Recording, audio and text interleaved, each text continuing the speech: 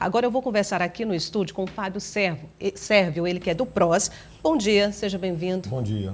Obrigado, Nájila. Bom, o senhor acompanhava comigo essa reportagem feita ontem lá na Assembleia Legislativa. Eu já começo perguntando para o senhor como é que o senhor vê esse momento em que o Estado passa, porque muita gente alega, poxa, o governador Wellington Dias, que é do Partido dos Trabalhadores, na votação da reforma da Previdência Nacional, se posicionou contra. E o que ele está fazendo hoje, segundo alguns servidores do Estado, é pior do que o que fez o presidente Jair Bolsonaro. O senhor pensa igual?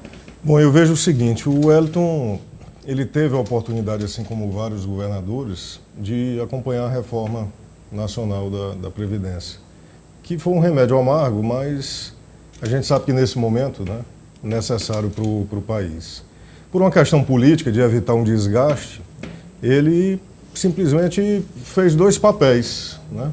Fez um papel de apoiar lá e fez um papel de, no Piauí, fazer um discurso de que era contra a reforma, sabendo já que o Piauí entrava, e essa discussão já vinha há muito tempo, dos 50 milhões mês, 55 milhões mês, todo ano a gente via o déficit previdenciário piauiense aumentar. E agora a conta chegou, né? A conta que eu digo, a conta política, ele não tem mais como fugir disso. Agora, essa forma de fazer a votação, né? E aí eu peço desculpa até para quem nos assiste pela expressão de colocar a goela abaixo do servidor e simplesmente querer, para evitar um desgaste na imagem dele, que isso seja votado da noite para o dia sem discussão, é que é o errado. A reforma em si eu acho que precisa ser discutida, porque não pode fugir dela, né? Mas da forma como é feita é que é ruim. O presidente Temístocles Filho, ele garantiu ontem que hoje vai ter uma audiência onde vai ser discutida, apresentada, mas em seguida já vem a votação. E aí, cadê o tempo do relator, de estudar, de analisar direitinho? Pois é, eu acho que também houve um assodamento na semana passada da questão da liminar. Porque o presidente Temístocles ele havia garantido esse tempo de discussão. Então, se esse tempo tivesse ocorrido na sexta-feira, na segunda-feira, na terça-feira, hoje a votação já estaria. Mas nem isso pôde ser feito. Então, acho que nós perdemos, enquanto sociedade, 2 dias para discutir o assunto, né? E está travado as outras pautas. Então, cada um está fazendo o seu papel. Eu acho que o Temístocles faz o papel dele, enquanto presidente, para desafogar a pauta da Assembleia, né? E sabe da necessidade dessa questão, mas quem tem que explicar a Previdência, quem tem que falar o que é isso aí, é o governador. E o que é mais interessante, Nádia, é a omissão do governador. Você não vê ele dando entrevista, você não vê ele pautando o assunto. Quando é negativo, ele não toma a frente, ele foge da questão do problema, né? E quando é positivo, uma coisa que nem acontece ainda, como essas viagens internacionais que ele faz, e aí ele aponta que está trazendo recurso, e o recurso nem vem, mas ele faz questão de anunciar. Os trabalhadores, desde a última segunda-feira, em especial, estão destacando os pontos que eles consideram negativos, inclusive direitos, segundo eles, que estão sendo retirados em alguns pontos dessa proposta. Para onde vai esse dinheiro, então? A gente tem aí um déficit da Previdência, um rombo, na verdade, que não se fala esse ano passado, se fala já há alguns anos. Exato. E esse dinheiro, então, que vai ser retirado desses direitos, digamos, dos servidores, para onde é que vai? Pronto. Primeiro a gente precisa pautar da seguinte forma. Lembrando que o governador ele administra o Estado desde 2003. Sim, o quarto né? mandato. Agora. É o quarto mandato dele. Os lapsos, né, que teve, que foi o Wilson Martins, né, foi uma continuidade do mandato dele. Então, o problema da Previdência é de conhecimento da população há muito tempo. Esse déficit ele é anunciado há muito tempo. Então, se lá atrás tivesse sido feito algo mais, vamos dizer assim, a longo prazo, não teria necessidade de uma reforma urgente e dessa maneira que está sendo imposta. O primeiro ponto é esse. Para onde vai o dinheiro? É a mesma pergunta que eu me faço para onde foi o Finisa, né? Para onde foi os mais de 8 bilhões retirados de empréstimos até hoje. Qual é o problema que o gestor argumenta? O gestor argumenta o seguinte, Nádia, que o Estado não tem capacidade mais de investimento, né? E como é que se faz obra, infraestrutura para o Estado? É com investimento. Seja ele do próprio Tesouro, da famosa conta 00 do Estado, ou seja ele através de empréstimo. Mas como a Previdência estava consumindo, segundo informações do governo, 55 milhões mês, né, tendo que se retirar da conta 00 para cobrir o rombo previdenciário, o Estado perdeu essa capacidade de fazer investimento. Então, Segundo ele, né, o que administra o Estado de 2003, essas obras paradas, centro de convenções, a Transcerrado que nunca saiu, e tanta coisa foi por falta desse dinheiro que era canalizado para a Previdência, né? Então, com essa reforma, acredita-se que vamos ter um paliativo financeiro no Estado, que o Estado recuperaria a capacidade financeira. Eu, particularmente, não acredito. Mas o senhor concorda que é necessário a adequação? Eu concordo que é necessário a adequação. Não sei se essa que está aí pelo governo. Por exemplo, a alíquota, né? O Wellington já cobra uma alíquota para o servidor, a contribuição do servidor, muito maior do que o governo Bolsonaro propôs já há muito tempo. O Estado do Piauí, se não me engano, é 14%. Já faz muito tempo isso, né? Então, assim, tem a categoria dos militares, que precisa ser tratada com atenção, né? Tem várias categorias, tem os professores, né? Se você me perguntar, por exemplo, se eu acredito que a reforma previdenciária nacional foi a melhor possível, eu acho que não. Né? Eu acho que se a coisa tivesse sido discutida há mais tempo, a gente tinha conseguido uma reforma melhor. Né? Tinha conseguido uma reforma melhor. Mas como não foi discutido há muito tempo e o Brasil precisava daquilo com urgência, aconteceu isso. O problema é deixar para a última hora, né?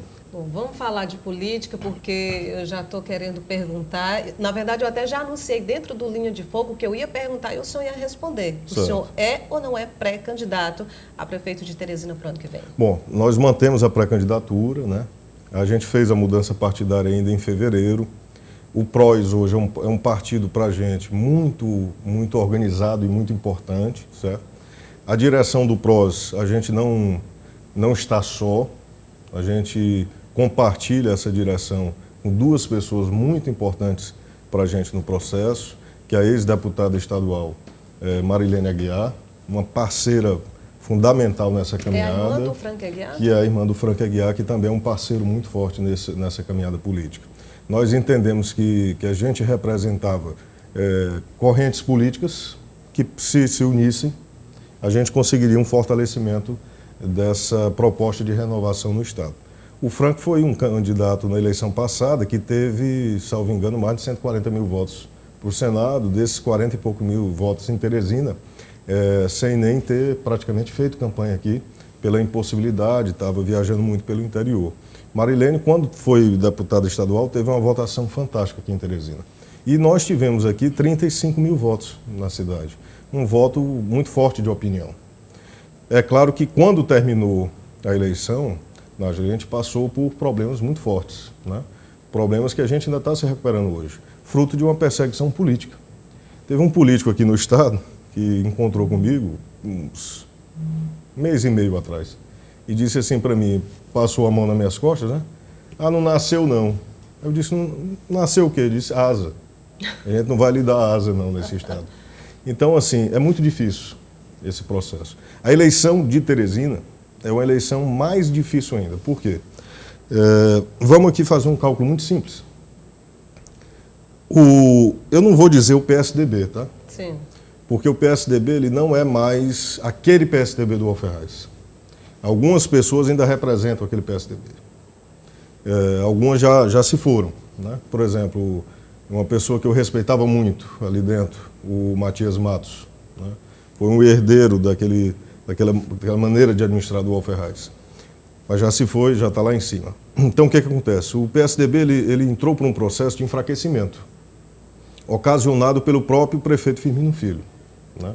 Quando, em 2013 para 2014, ele montou uma aliança com o PP do Ciro Nogueira. Progressistas. O Progressistas hoje. Então, ali houve um processo de esvaziamento do PSDB, de enfraquecimento do PSDB. Insatisfação de muitos? Não, foi uma estratégia montada, acredito eu, pelo Ciro, com o aval do próprio Wellington Dias, naquele momento, as pessoas vão até estranhar isso que eu estou colocando, numa construção para 2022. Já pensando longe. Já pensando longe, que passaria pela eleição de 2016, 2020 e 2022. Então, qual era a ideia deles? O PSDB ele sempre foi muito concentrado em Teresina, ele não tinha capilaridade, ok? Então, o PP, o Progressista, já estava no interior, porque tinha caminhado com o Wellington Dias. E o Progressista, se você pegar ao longo da história política do Piauí, isso aconteceu pós-era Dilma. Foi quando o Ciro se lançou senador, com apoio total do governo, para derrotar o Heráclito e para derrotar o Mão Santa, naquele período, foi ali que o progressista teve recurso suficiente, né, para avançar no interior e cooptar muitos prefeitos. Mas a situação mudou politicamente falando só no PSDB ou na sua visão no geral? No geral, mudou no geral. O que aconteceu naquele momento, né? Então, quando houve esse esvaziamento do PSDB em Teresina, a estratégia, eu vou até acelerar um pouco mais, a estratégia do Firmino era que ele escolhesse algumas figuras e aí ele começou a colocar para trás velhos integrantes do PSDB. Por exemplo, com todo respeito, eu acho inclusive que tem um trabalho fantástico na Câmara de Vereadores, de muito tempo, uma experiência, o Edson Mello. Sim. Ficou escondido por muito tempo. O Urbano Eulálio ficou escondido do PSDB, um excelente vereador também, e vários outros. Porque o Firmino queria renovar, mas ele não queria renovar o PSDB. Ele queria renovar no PP, para ele ter a capilaridade para sair candidato a governador. Por isso que na eleição de 2014, Nájila, naquele momento, se você lembrar dos candidatos a governador, era o Zé Filho, não é isso? Zé Filho. Com o Silvio Mendes como vice do PSDB. Mas como prefeito de Teresina de braço cruzado. Ele não ajudou o Zé Filho. E ali, ao não ajudar o Zé Filho, ele ajudou a quem? O Wellington Dias. Então foi a primeira etapa do acordo que foi cumprida. Passou aquela fase, entrou 2016. O PT não lançou o candidato, né? Estava no auge do questionamento da Lava Jato, a militância do PT aquecida naquele momento, mas o PT não lançou o candidato em Teresina. Por que o PT não lançou? Pela manutenção do acordo que beneficiou o Wellington Dias em 2014, que era o esvaziamento do PSDB, fortalecimento de progressistas, né? O PT não lançou candidato, acabou sendo candidato de oposição o Amadeu e o Dr. Pessoa. O Dr. Pessoa brilhou Toda essa eleição. estratégia, todo esse plano elaborado, resultou numa perseguição? Do PSDB? Sim. Total. E quando foi que o PSDB foi se recuperar? Veja as declarações que o Firmino dava sobre o Silvio Mendes. Né? Silvio Mendes foi tratado, um ex-gestor da capital, um bom nome, um homem sério, foi tratado como leproso pelo PSDB. Né? Aí, onde é que culminou o fato? Onde é que está a prova desse fato? Quando o Firmino mandou a esposa, a deputada Lucy, para o Progressistas, o ex-secretário de Educação e Planejamento do município, Washington Bonfim, foi para o Progressistas, e o próprio Silvio Mendes, que para mim, num erro político, na época eu tive a oportunidade até de falar para ele, para algumas pessoas, escrever sobre isso, foi para o Progressistas. Então, quando isso aconteceu, ali era o fim do PSDB na capital e o nascimento do Progressistas, com a perspectiva do Firmino ir para o Progressistas. Daí as declarações do Ciro, né, que ele sempre dizia o seguinte: olha, o Progressista vai entrar no Karnak. Se o Firmino quiser ser candidato, é pelo Progressista. E onde é que falhou essa história? Bom, o senhor então já disse que é pré-candidato, citou o nome da ex-deputada Marilene Aguiar, do irmão dela, que é o cantor bem conhecido Frank Aguiar. Quem deve sair como vice então de Fábio Serra? Nós não sabemos ainda, isso é uma coisa a médio prazo, pode ter uma chapa pura, né, mas pode ter como é que se diz, uma composição. É muito difícil para a gente fazer composição. Né? Olha, o interessante que a gente vai ter então 3 Fábios disputando o ano que vem a Prefeitura de Teresina. Mas aqui eu queria dizer uma coisa sobre isso. Pois não. Vamos lá. Eu quero lembrar a população, o que eu estou querendo dizer aqui em resumo? Que sempre houve um acordo entre Ciro, Wellington e Firmino. Que esse acordo foi estabelecido em 2014, certo? Eu sei até onde esse acordo foi firmado. Né? Foi no edifício The Office Tower, numa sala 800 e pouco lá, se salvo engano, nesse edifício. Teve testemunha desse acordo. Só não estava presente o Wellington, mas estava presente o Ciro. O acordo de? O acordo da manutenção dos 3. 2014, o Firmino apoiar o Wellington. 2016, o Wellington e Ciro apoiarem o Firmino. E 2018, os dois apoiaram o Wellington para a reeleição. Então, essa manutenção desse acordo, ele não quebrou. O Fábio Novo foi do PSDB. Até há pouco tempo, elogiadíssimo pela ala Mas do é o senhor PSDB. falando de ainda 2014, 2016, eu lembrei aqui que há bem pouco tempo, o prefeito Firmino Filho, quando era questionado para 2020 e até para 2022, ele sempre disse que era muito cedo, que não falava disso ainda. E já participava em 2014 de acordos a longo prazo. A longo prazo. Por que eles dizem que é cedo? Porque para o político que está com o poder e o controle da máquina, a não campanha é importante. Então, é péssimo para eles eu vir aqui dizer isso. Porque eles querem que essa discussão não aconteça, porque não dá tempo. Você sabe que comunicação é uma pedra que a gente solta no meio do rio e é uma onda. A primeira mais forte vai se propagando.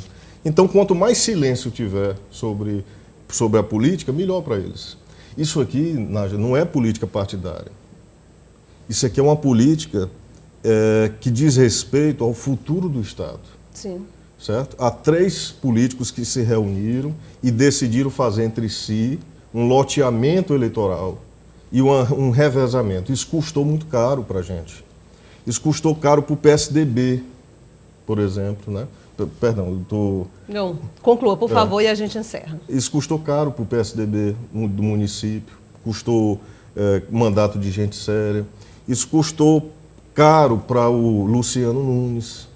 E não é só um pré-candidato, algum partidário que tem que prestar atenção em esses e diversos outros pontos. Somos nós, eleitores, que temos que pensar assim no futuro da nossa cidade, do nosso estado, do nosso país. Felizmente, nosso tempo está corrido. Perfeito. Eu quero agradecer a sua vinda, desejar um ótimo dia e volte outras vezes, por favor. Eu espero que tenha sido bom o papo, né? Que eu gostei. Com certeza. E tenha sido elucidativo É sempre também. interessante discutir política, principalmente com quem está envolvido nela, porque tem um conhecimento a mais e a gente acaba aprendendo um pouquinho mais. Perfeito. Até a próxima, Obrigado, então. Nádia. Um abraço a todos. Obrigado.